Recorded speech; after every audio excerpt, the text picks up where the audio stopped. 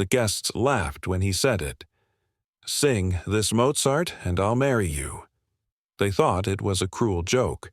After all, she was just the maid's daughter, quietly collecting dishes at the back of the ballroom.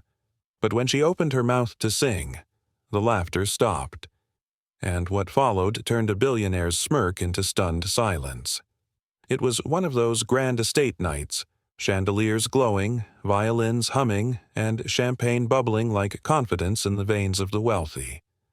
The Laurent family had thrown the party in honor of their son, Ashton, freshly returned from conservatory abroad. Proud and polished, Ashton was every bit the golden child of a billionaire legacy, flashing smiles, fluent in charm, and effortlessly arrogant. The estate's great hall buzzed with powerful families, socialites, and opera elites. Everyone knew Ashton fancied himself an expert in classical music. He didn't just listen, he performed, and more importantly, he judged. That night, as waitstaff tiptoed behind silk-draped guests, a quiet girl in a plain dress worked silently among the others. Her name was Zaria, 16 years old, the maid's daughter. Most didn't even realize she was there. She moved like breath in a storm, unseen but essential. As Ashton told animated stories about his time in Vienna and the untalented Americans he had to endure, a guest mentioned Mozart's aria, Queen of the Night. "You know," Ashton grinned, swirling his glass, "if any girl here can sing that piece perfectly, I'll marry her on the spot." The room chuckled, some out of amusement, others uneasily, knowing how often Ashton's humor skated the edge of cruelty. Then someone whispered, "Zaria sings." Ashton turned, eyebrows raised. "Who?" "The maid's daughter," someone clarified, pointing discreetly. The room tilted. Eyes found her. Standing stiff, tray in hand, Zaria blinked as heat crawled up her neck. She hadn't meant to be noticed. She never was. Ashton chuckled. "All right then. Come on, little Mozart. Let's hear you." Zaria shook her head, stepping back. But the room had turned against her. The laughter curled into pressure. Even the other staff looked unsure.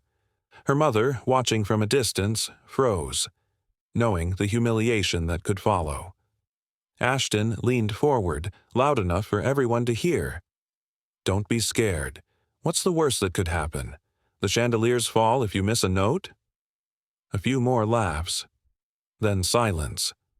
Zaria's tray shook slightly as she set it down. Her hands, calloused from chores, curled into fists at her side. She had sung before, but never here, not in front of people like these. She stepped forward. The pianist near the stage, sensing the tension, placed fingers on keys. Zaria nodded once, barely, and then she sang. Her first note split the silence like light through stained glass. It wasn't timid. It wasn't even beautiful. It was transcendent. From the first trill, her voice soared with a power that didn't belong in that room, in that dress, or in someone deemed the help. Mouths opened, heads turned. Ashton, speechless for once, stood frozen, wineglass halfway to his lips. What had begun as a joke was turning into something no one expected. And Zaria? She kept singing, note after note, no longer afraid. As Zaria's final note echoed through the hall, the silence that followed was louder than any applause. People stared, breathless like they had witnessed something sacred. Some even forgot to blink. Her voice had not just filled the room, it had elevated it. Ashton stood stiffly, his smirk wiped clean. He looked around for validation, hoping someone else would break the silence first, laugh it off as a prank gone wrong. But no one laughed. A woman near the front dabbed a tear from her eye. A man by the piano whispered, "That was divine." Zaria backed away slowly, suddenly aware that all eyes were still on her. Her throat tightened, not from fear now but from something else. Shame. No, not this time. But vulnerability, yes. She had shown them a part of herself she had always hidden. Her gift. As she turned to leave, an older man stood up near the piano. Mr. Lowell, chairman of the city's Symphony Foundation and someone no one dared interrupt, began clapping. Slowly, then faster. One by one, others joined in. Soon, the entire room was applauding. Not politely, not out of guilt, genuinely. The applause swept over Zaria like a wave, both warm and overwhelming. She froze, unsure of how to receive it. For someone who had always lived in the background, this kind of spotlight felt unreal. Ashton clapped too, but his eyes didn't shine like the others. They narrowed, calculating. This hadn't gone according to plan. What had begun as a jab to impress his peers had turned into the moment everyone would remember, but not because of him. The next morning, Zaria was back in the kitchen, folding linens with her mother. She hadn't spoken about what happened, not to anyone. She didn't know how. Was she proud, embarrassed, or just afraid it had all been a dream? That's when the doorbell rang. A man in a tailored suit entered the servants' quarters, unusual to say the least. He introduced himself as Mr. Davins, assistant to Mr. Lowell from the symphony. Zaria blinked. Mr. Davins smiled kindly. Mr. Lowell would like to invite you to audition for the Young Vocalist Showcase. It's a citywide event. Scholarships are awarded. Opportunities are abundant. Zaria stared, her mind swimming. She didn't have a resume. She didn't even have proper shoes, let alone training. And yet, here it was, an open door. Her mother's hands trembled as she set down a cup of tea. She had seen her daughter sing every night while cleaning dishes, every morning while making beds. But this was beyond her wildest dreams. As Zaria accepted the envelope, Ashton passed by in the hallway. Their eyes met. He nodded curtly, then disappeared around the corner. But this time, Zaria didn't flinch. She didn't shrink, because something had changed. And it wasn't just what the guests thought of her. It was what she had begun to believe about herself. The house felt different that evening, almost as if it were holding its breath. The other staff whispered behind corners, throwing Zaria furtive glances of awe and curiosity. She tried to ignore it. She wasn't used to attention, especially not the kind that made her feel exposed. Ashton was nowhere to be seen, but the air had changed, and everyone could feel it. Zaria wasn't just the maid's daughter anymore. She had become something else, someone people talked about, someone who had a name worth remembering. Her mother, Lanny, watched her with a quiet pride. She had worked for the Hawthorns for over 15 years, scrubbing marble floors and dusting crystal chandeliers. But this was the first time she felt like someone had seen her daughter for who she truly was. Later that night, Zaria sat at the small table in the kitchen, staring at the audition letter from Mr. Lowell's assistant. She read it again, and again. Her hands trembled. "You're scared," her mother said gently, folding laundry nearby. Zaria didn't look up. "I don't belong there." "You didn't belong in that ballroom either," Lonnie replied, "but you silenced it." Those words clung to Zaria's heart like armor. She folded the letter and placed it under her pillow. The next day, Ashton finally reappeared. He was lounging on the garden steps, sunglasses on, pretending not to care. But when Zaria walked by with a tray of fresh lemonade, he called out to her. "Hey, opera star," he smirked. Zaria paused, unsure of his tone. "I have to admit, you surprised me," he continued. "Didn't know maids could sing like that." Zaria's jaw clenched. There it was, the dismissal hidden in a compliment, a reminder of her place. But she said nothing. "You're really going to go through with the audition?" he asked. "I am," she said simply. He raised an eyebrow. "Huh, well, good luck. Just remember where you came from." That last line hit harder than she expected. It wasn't advice. It was a warning. A leash. Zaria didn't respond. She just turned and walked away. Behind her, Ashton's smile faded. Deep down, he knew what he was witnessing. the unraveling of the old order. The help wasn't supposed to shine. They were supposed to stay in the background. But Zaria had already stepped out of the shadows. That evening she stood in front of the mirror, wearing the only dress she owned that wasn't a uniform. Her mother had carefully stitched the hem and ironed every seam. It wasn't grand, but it was clean. Honest. Her. "I can do this," she whispered to herself. The maid's daughter, who once sang in the pantry, now had a voice that echoed far beyond the marble halls. The audition was in 3 days, and whether or not the world was ready, Zaria would be there. The day of the audition arrived like a storm wrapped in silk, quiet but intense. Zaria and her mother took the early bus into the city, the hum of the engine masking their silence. Lonnie held her daughter's hand the entire ride, gently squeezing it now and then like a metronome of encouragement. Zaria wore the same dress from her rehearsal days, but this time it carried something new. Confidence. She walked into the conservatory's grand lobby, its golden arches and polished floors, and felt her heart thump against her ribs like a warning drum. She had never been in a place so opulent, so drenched in legacy. And yet, she didn't flinch. When her number was called, she stepped into the echoing chamber of the audition hall. A panel of 5 judges sat before her, including the famous Mr. Lowell. Their expressions were blank, their pens poised like swords. Zaria took her place, feet planted, shoulders squared. "Name?" one of the judges asked. "Zaria Bennett," she said. "Piece?" "Voi che sapete" by Mozart.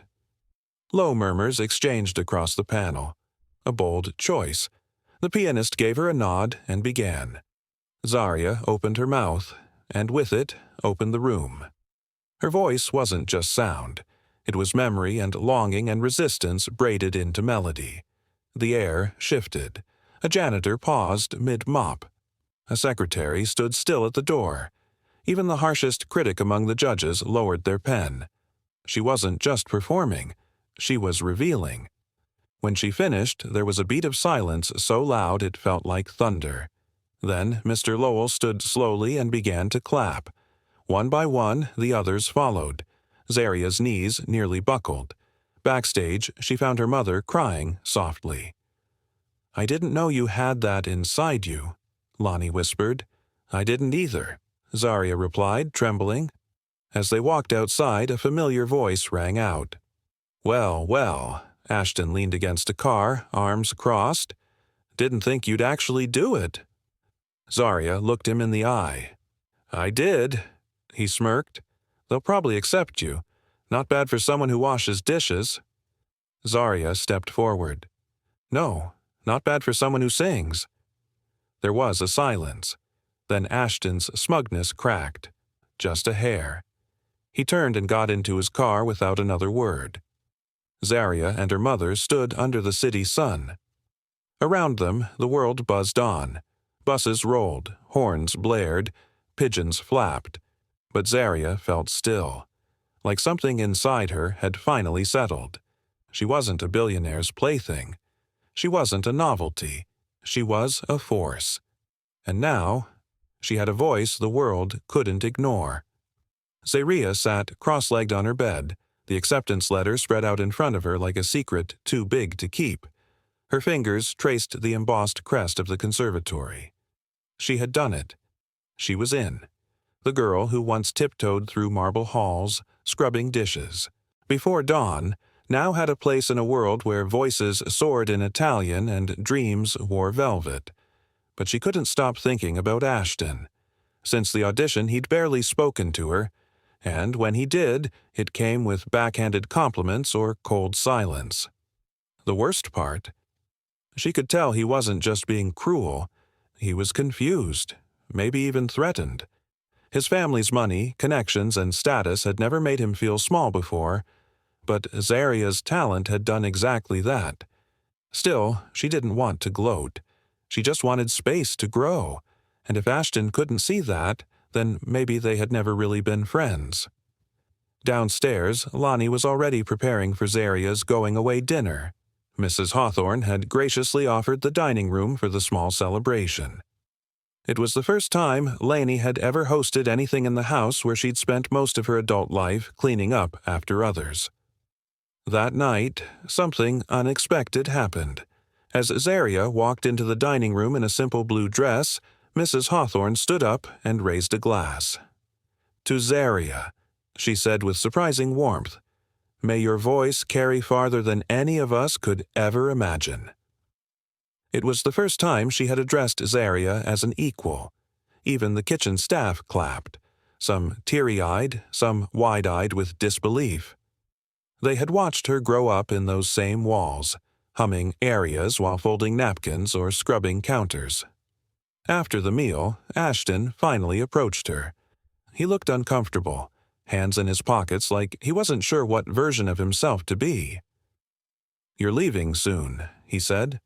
"Tomorrow," Zaria replied. A pause. "I wasn't fair to you," he added.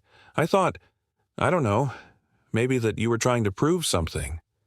"I wasn't," she said gently. "I just wanted to be seen for who I am." He nodded slowly. "You were, and not just by me." It wasn't an apology, but it was close enough. Later that evening, Lonnie and Zaria stood by the window, looking out at the garden. "You've always had something they couldn't ignore," her mother whispered. "Even when they tried." Zaria smiled. "Especially then." That night, Zaria packed her bag, just one suitcase, filled with more dreams than clothes. At 4 a.m., long before the sun rose over the city skyline, she slipped quietly out the door. But this time, she wasn't going to wash dishes. She was going to take the stage. The stage was bathed in a soft golden light as the final note of Mozart's Ave Verum Corpus hung in the air. Zaria stood still, her hands clasped in front of her, heart pounding not from nerves, but from release. The silence that followed was heavy, reverent. Then the applause erupted. It started with a few claps, hesitant, stunned, and then, like a tidal wave, the entire auditorium stood, cheering, applauding, weeping. Her voice, once confined to an empty kitchen at 3 a.m., had filled one of the most prestigious performance halls in the world. Backstage, Mr. Hawthorne stood in the shadows. He hadn't told anyone he was coming. He had flown in quietly, taking a back seat in the second-to-last row, dressed plainly, watching not as a billionaire, but as a man humbled by the girl who had changed everything. Next to him, an older woman dabbed her eyes with a handkerchief. "Is she yours?" she whispered. He didn't respond right away. Then, "She belongs to the world now." Later, when Zaria stepped off the stage, she was swarmed by faculty, musicians, and even critics. Everyone wanted a moment with her, a word, a promise. But she searched the crowd for one face. Lainey. Her mother stood near the back, a wide-brimmed hat slightly askew, and a smile that trembled with pride. She looked like someone trying not to cry in public and failing miserably. They hugged in silence. It said more than any words could. Then Mr. Hawthorne approached. Zaria straightened, unsure what to expect, but his eyes weren't cold anymore. They were glassy, warm, changed. "I came to thank you," he said. Zaria blinked. "For what?" "For reminding me what legacy really means," he said softly. "It's not in buildings or bank accounts. It's in people. In voices like yours."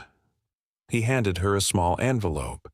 It was a scholarship, fully funded, not just for her, but in her name, for other underprivileged students of color with musical gifts. Zaria gasped. "Why me?" "Because," he said, "you didn't just sing. You made the world listen." She held the envelope to her chest as tears welled in her eyes. The girl who once scrubbed silverware now carried a future in her hands, not just for herself, but for others like her.